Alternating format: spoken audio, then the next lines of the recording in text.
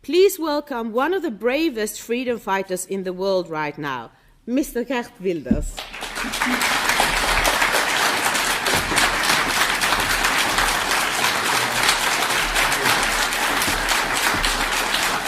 Thank you.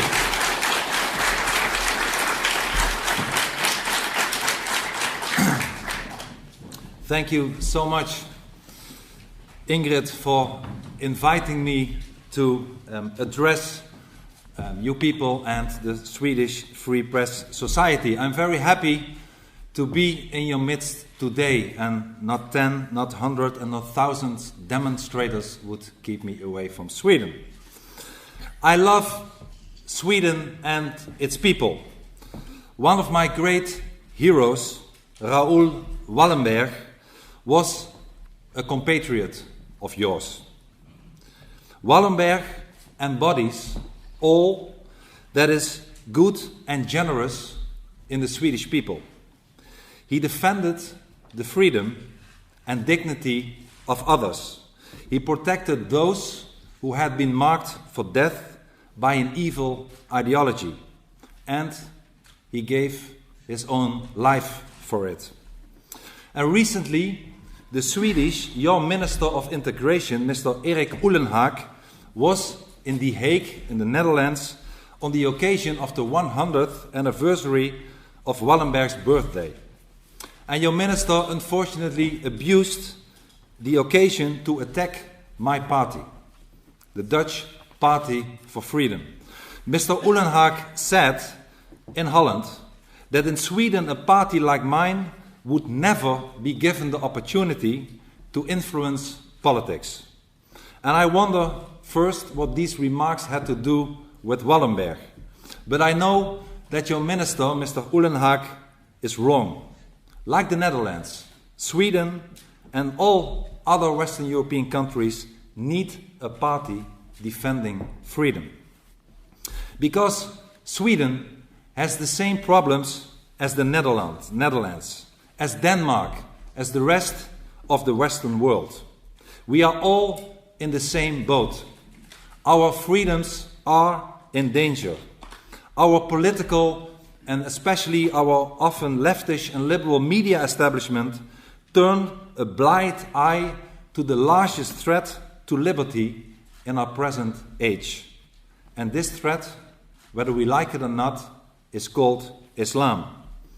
Islam commands its followers to establish a worldwide Islamic state where everybody has to live according to the Sharia, the barbaric law of Islam, and where Islam opponents are marked for death. Alexander Solzhenitsyn used to say that the truth is seldom sweet. It's almost invariably bitter, end of quote.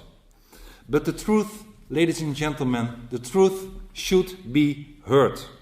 And the bitter truth is that Islam is the largest threat to our freedom today. And the unpleasant truth that Islam is already all around us. And the sign of Islam's presence is visible in all the major European cities today. Also in Malmo, especially in Malmo. 25% of the population here originates from Islamic countries, the highest rate in the whole of Scandinavia.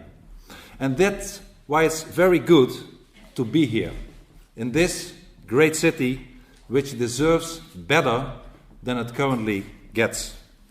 Even the international media, from Holland to any other country in the West, have written stories about the outbursts of violence, the gang warfare, the shootings and bombing of police stations in Malmo. In a city like in this city, our message needs to be heard. Malmo should not succumb to Islam. Malmo should remain what it was throughout its history: a decent, a peaceful, and a safe place for people to live, to work, and raise a family. A free city. And in Malmo, we must turn the tide and show the world that the Islamization process can, in fact, be stopped. And that is why I'm here today. And it's a coincidence that today marks the final day of this year's Hajj, the Islamic pilgrimage to Mecca.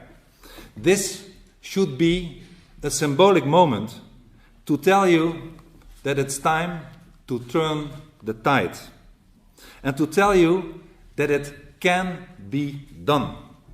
But in order to turn the tide, we must first stop pretending that there is no problem, as so many politicians and so many journalists like to fool you about.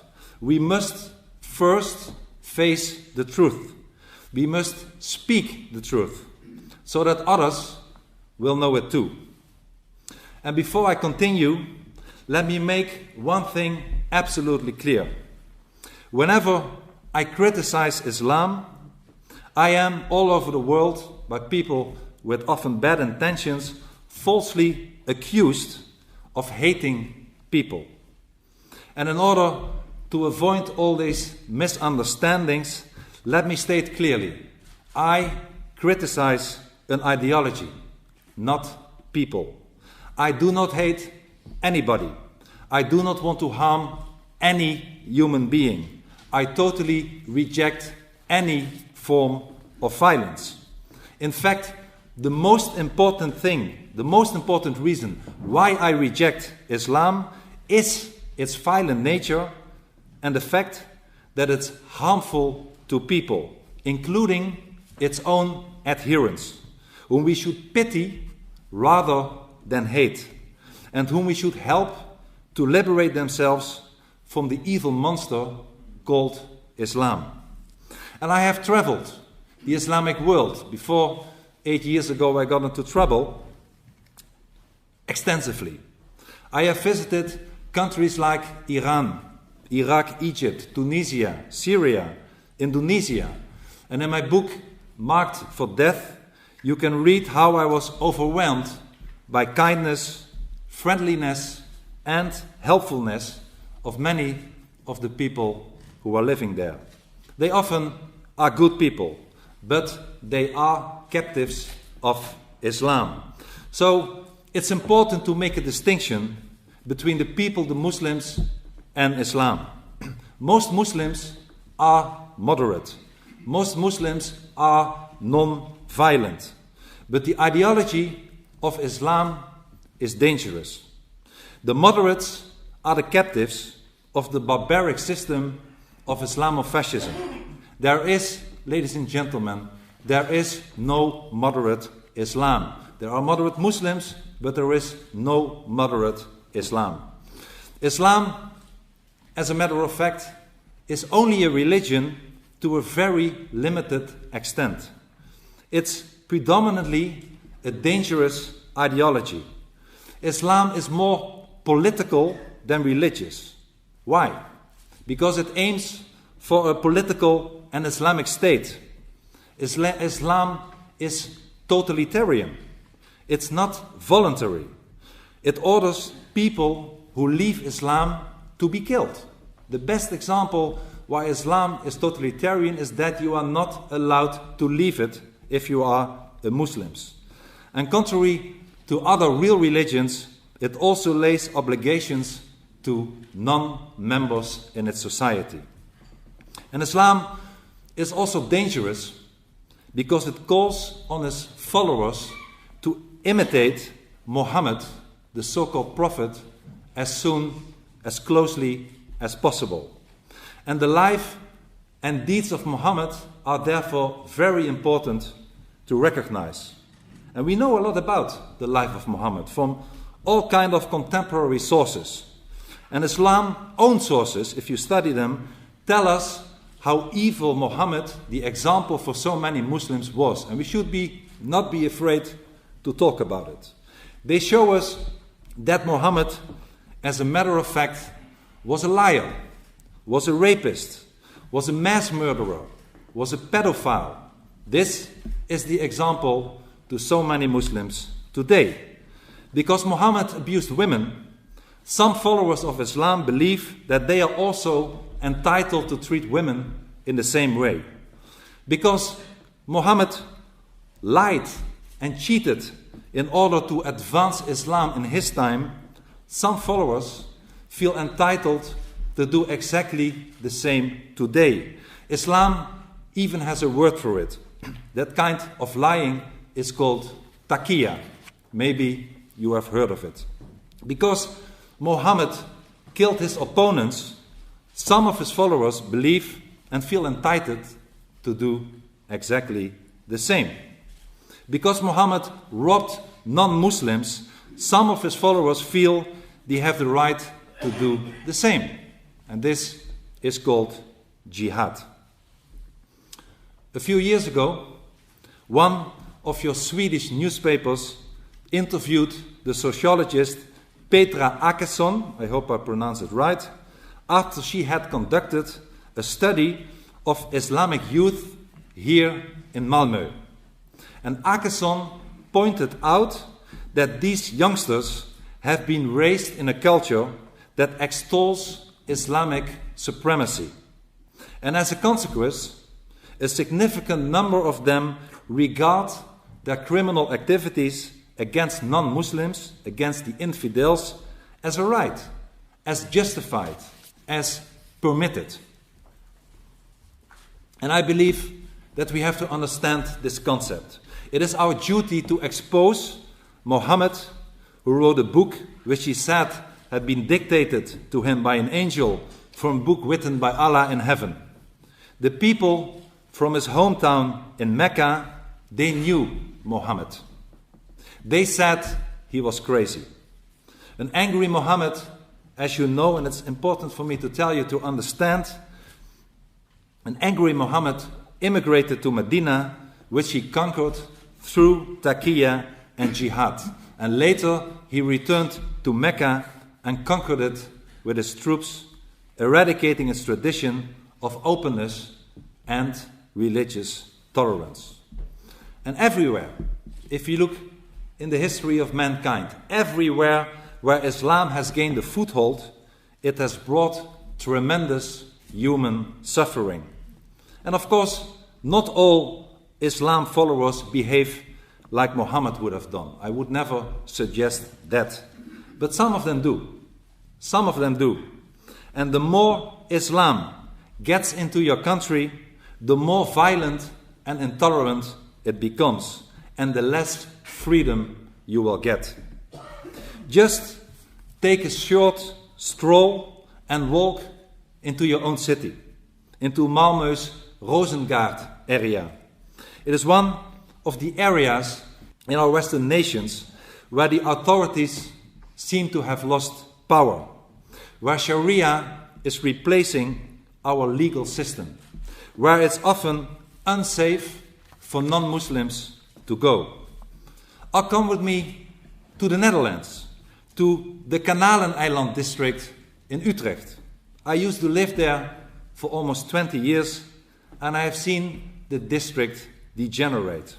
Or let us go to Paris and visit the suburbs. Or let us go to Brussels, where Islamic gangs even used Kalashnikovs to chase the police in certain neighborhoods, and where employees of the European Parliament complain that they cannot walk the streets at night. In each one of our cities, wrote the Italian journalist Oriana Fallaci shortly before she died in 2006, in each one of our cities there is a second city, a state within the state, a government within the government, a Muslim city, a city ruled by the Quran. And one thing which you certainly should not do is enter these Islamic enclaves if you are a Jew. Jews are fleeing Europe today because they no longer feel safe. And this is not just a bad omen. This is something so intolerable that it must be stopped. And it reminds me of something Raoul Wallenberg once said. He said, and I quote, "I will never be able to go back to Sweden without knowing inside myself that I've done all a man could do to save as many Jews as possible." Wallenberg cared about the Jews, and so should we. Sweden, as the Netherlands, should be a place where Jews are safe. But the more Islamic our countries become, the more hostile it will and have become to the Jewish community. And hence, while not all the believers in Allah and Muhammad turn violent, the truth is that some of them do. And they do so because Islam, the ideology, incites them to. And we should not close our eyes for reasons of false political correctness to this reality. If we do so at our own peril. The more Islam one gets in a society, the less civilized it becomes, and the less free it becomes. It is no coincidence, ladies and gentlemen, it is no coincidence that all the Islamic states in the world demand today that freedom of speech be curtailed and that criticism of Islam and its prophet should be forbidden. They even ask the United Nations to act on that. And as I said, because there is no such thing as a moderate Islam, the Islamization of our society is a very dangerous threat. The Islamization of our societies is driven by immigration from Islamic countries. Muhammad himself, as we remember, conquered Medina through the method of immigration, or hijrah, as it's called in Islam. And we have to stop the immigration to our countries from Islamic countries. We have to halt the process of the Islamization. Because we see now all over Europe, we see mosques, we see Islamic centers, we see halal shops. They are all proliferating. In any major Western European city, you will encounter numerous women in headscarves and burqas. And I even read that in Lars Hedegaard's country, Denmark, you can find an escaped prisoner in a burqa. This is Europe today, and we should not accept it anymore. Open the pages of our newspapers, and you will read horrific stories about women being trampled, female genital mutilation and honor killings in our own backyards. And we should not accept this any longer. Winston Churchill, confronted with Nazi tyranny, said, we all remember that, never give in. Never, never, never, in nothing great or small, large or petty, never give in except to convictions of honor and good sense. And this motto of Churchill should be the motto of the free world. It certainly is my motto. It should be painted in bright letters on the walls on also Malmo's town hall. Never give in. Never give in nothing great or small. Because if the free world gives in to the demands of Islam, it will perish and all our freedoms will be extinguished.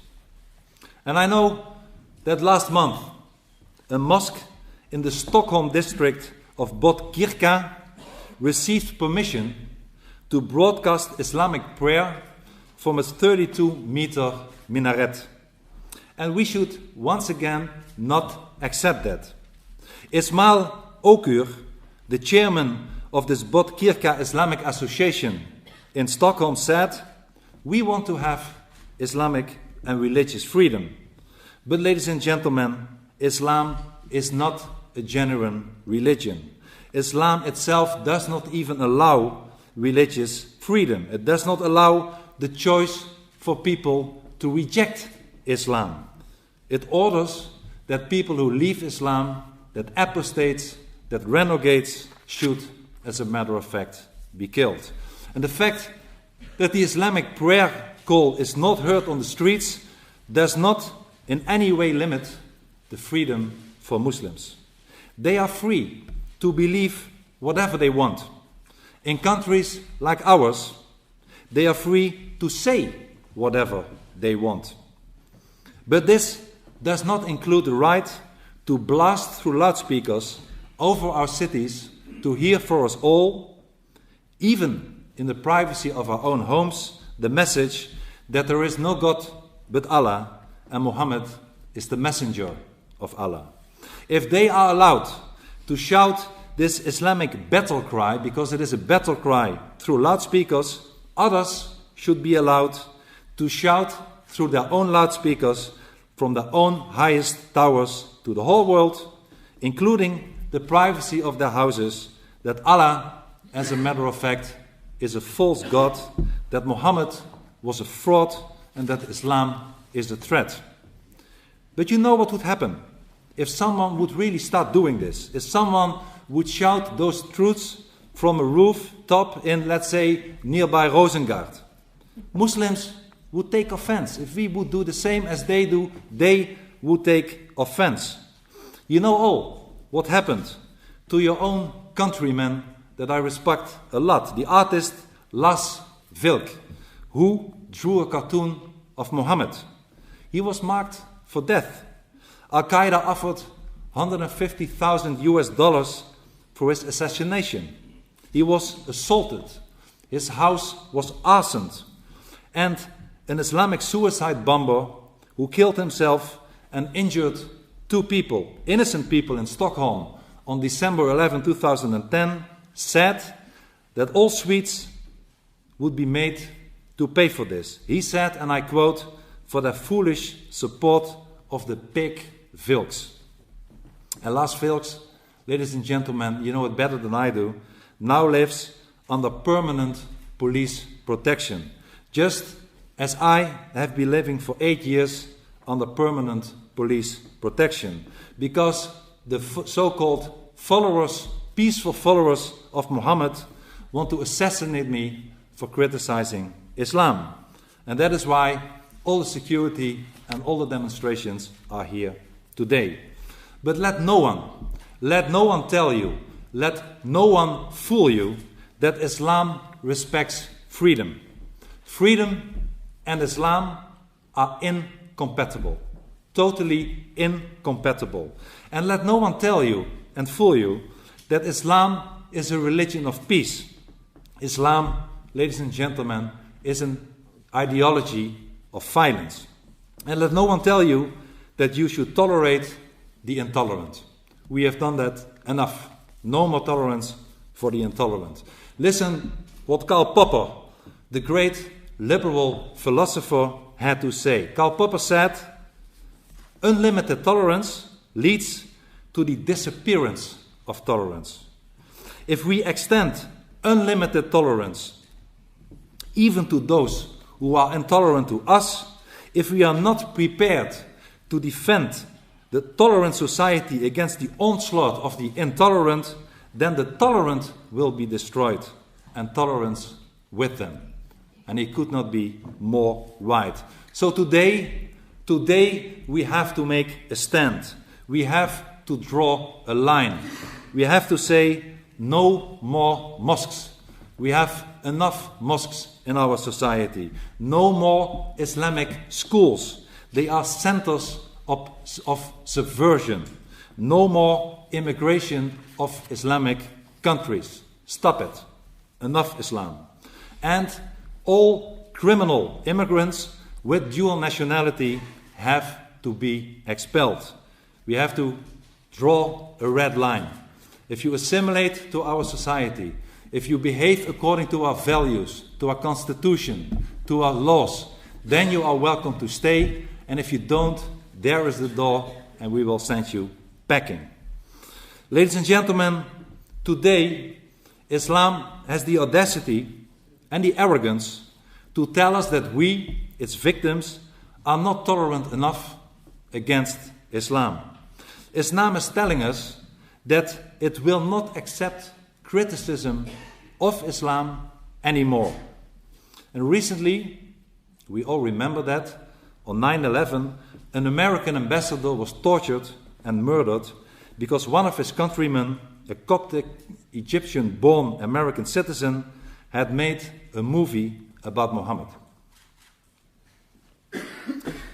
And unfortunately, many Western leaders and media seem to be in the grip of a cowardly appeasement mentality which is harmful to our Western liberties. Martin Schulz, the President of the European Parliament, condemned, and I quote, not only the content, but also the distribution of such a movie. And Mr. Schulz will be one of the 3 EU leaders who will travel to Oslo shortly to accept this year's Nobel Peace Prize. That is the guy who said that he did not want for a movie who was critical about Islam, whatever you think about the movie, to be distributed anymore. And President Obama, another Nobel Peace Prize winner, called the movie crude and disgusting. And he added, and I quote President Obama, "The future must not belong to those who slander the Prophet Muhammad." And with all those cowardly statements of Western leaders, the leaders that should be the leaders of the free world, such as the Turkish Prime Minister Erdogan, who are today pressuring the United Nations for an international treaty against blasphemy by which they want to restrict our freedom of speech. Because blasphemy for them means not criticizing Islam. And instead of our leaders forcibly speaking out in favor of freedom of speech, instead of standing firm, our leaders, for our liberties, instead of following Churchill's example by never giving in, nothing great or small, Western politicians are cowards and cower to Islamic sensitivities by stating how offended they all are by the movie of a private individual in Los Angeles. And meanwhile, a Pakistani government minister offered a bounty of $1 million for the killing of the maker of that movie. And I have not heard any Western political leader to complain about that, talking about double standards. And when last March, your organization, the Swedish Free Press Society, was established, Mr. Schüler, the editor of the paper called Dagbladet, criticized you. He wrote in his newspaper, and I quote, "Since words are neither neutral nor innocent, there have to be limits to free speech." This is what this guy said. And I'm sorry, Mr. Schüler, but as long as people do not call for violence, they should be allowed to say whatever they like. And this is what I want in all our Western constitutions, a clause similar to the American First Amendment. I defend the right of every imam to express his disapproval of our liberties and democracy. I even defend the right of every imam to be against our freedom of speech, or Christianity, or Judaism, or to have something against gays and women, or our culture, or our values. He can do that. He can say whatever he likes. But in return, ladies and gentlemen, in return, I demand the right that everyone is allowed to express his opinion about Islam in any way he sees fit. It's a toekomst.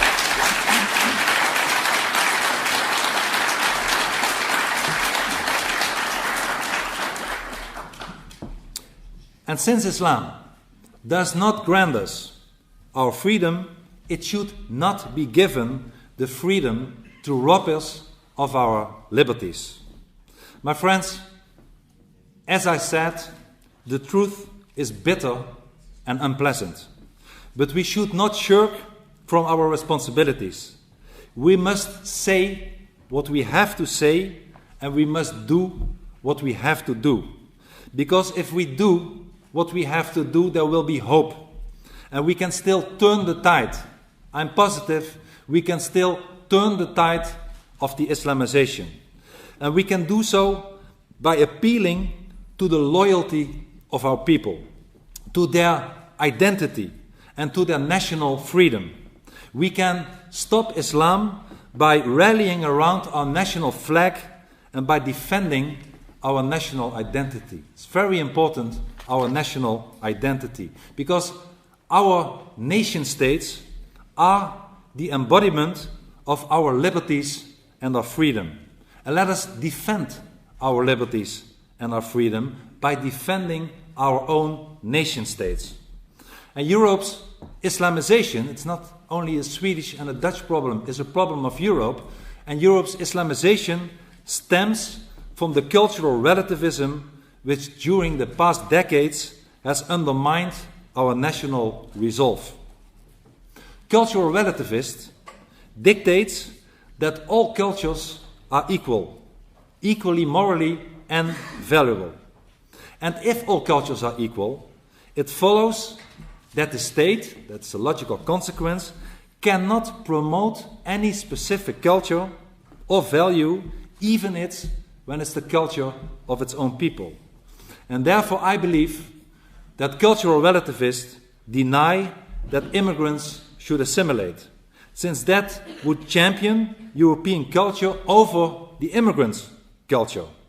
And they, the cultural relativists, they tell us that Islamic newcomers who settle in our cities and in our countries and in our villages, that they get the message, you are free to violate our norms and values, since we believe that your culture is as good as ours. And ladies and gentlemen, this is a lie. This is not true. Cultures are not equal. Our culture, based on humanism, on Christianity, on Judaism, is far better than the barbaric Islamic culture. And we should be proud of our culture.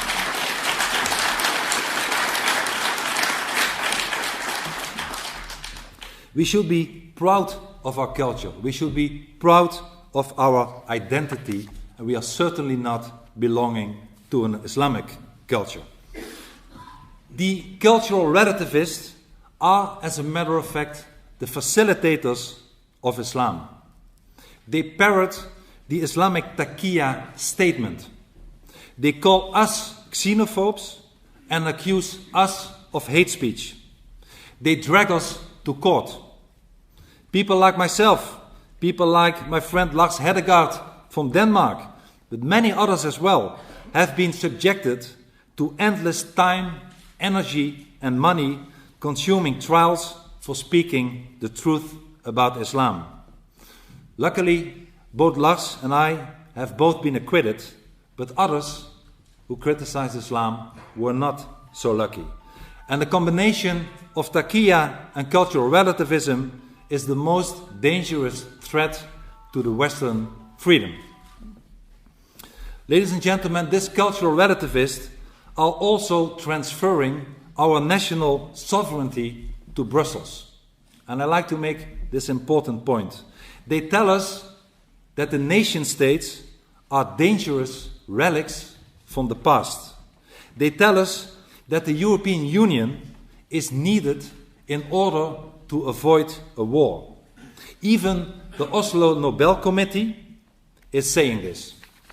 And the cause of the Second World War, as we all know, was not the existence of a nation state. The cause of the Second World War was the disgusting Nazi ideology. And the remedy against totalitarianism is not building a European superstate. We cannot safeguard our liberties by robbing our countries of their sovereignty and transferring it to faraway Brussels. Because you know what would happen then. We get cultural relativists, such as your own Cecilia Malmström, who impose uniform policies to all our nations, for instance, by throwing our borders open to have even more immigrants from other countries. And Mrs. Cecilia Malmström belongs to the same party as Minister Uhlenhaag. And I wrote her a letter earlier this year inviting her to visit our immigration neighborhoods in the Netherlands. But she did not answer. And I can understand.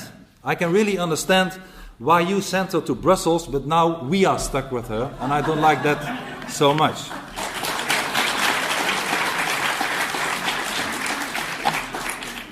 My friends, people like Mrs. Malmström seem to want to rob us of our identity.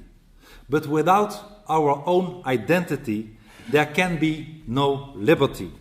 Without our own nation state, there can be no real national political freedom. A soul needs a body. It's as simple as that. And the spirit of our political liberty cannot flourish outside the body of the nation state. The nation state is the political body in which we live. And that is why we must preserve and we must cherish the nation state, so we can pass it through, together with liberty and democracy, to our children. And if Sweden wants to survive, it should remain Sweden and it should remain proud being Swedish. We must be good patriots. Patriots, by some, is branded as fascism, by, for instance, the cultural relativist. But patriotism, of course, is no fascism. On the contrary, every democrat, every defender of freedom must, by definition, be a patriot. And Europe is a cluster of nations. And the strength of Europe is diversity. Uniformity is a characteristic of Islam, not of Europe. Islam, as we know, eradicated the national identities of all the people it conquered in the past.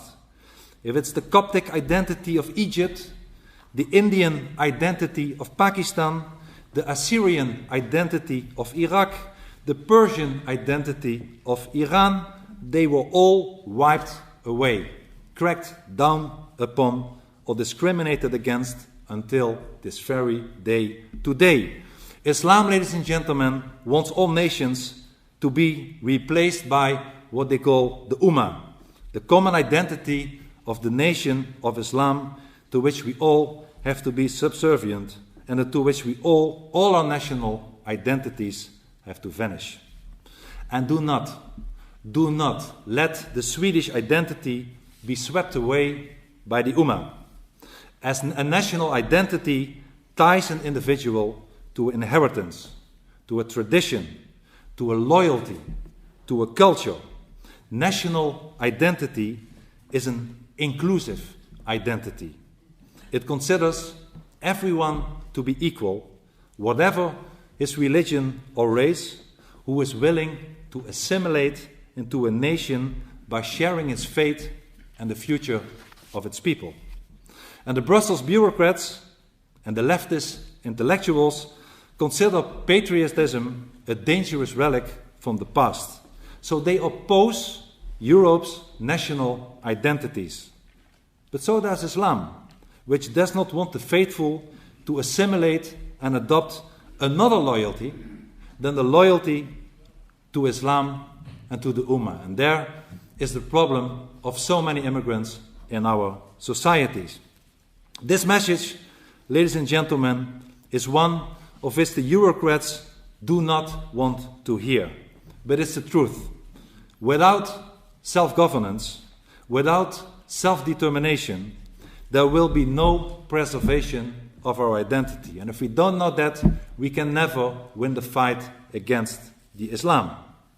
My friends, we need to give political power back to the nation state in the name of our freedom, in the name of democracy, in the name of human dignity. We need a resurgence of our national pride, a love of our own country and institutions. And by defending these nation states, we defend our own identity and our liberty. Ladies and gentlemen, dear friends, it is time to act. We must make haste. Time is running out for Sweden, for Holland, for Germany, for the free Western world. As Ronald Reagan said, we need to act today to preserve tomorrow.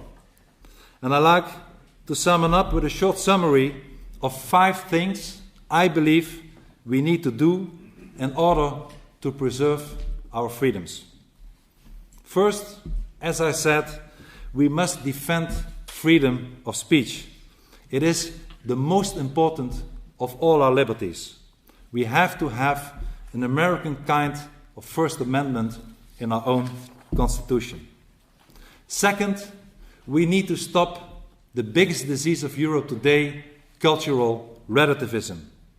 In my own country, I proposed that a clause be included in our Constitution stating that the dominant culture in the Netherlands is based on the Judeo-Christian and humanist principle. If we don't know who we are, we can never find out what we are not. Third, we must stop the Islamization. More Islam means less freedom. We have enough Islam in our societies.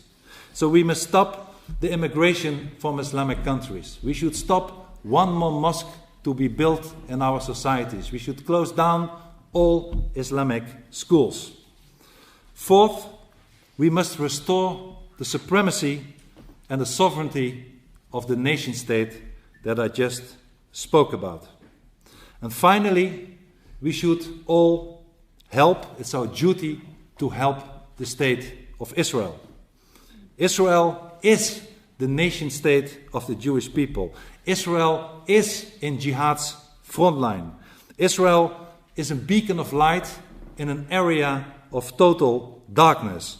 Israel is fighting our fight. We should help Israel survive, not only for them, but also for ourselves.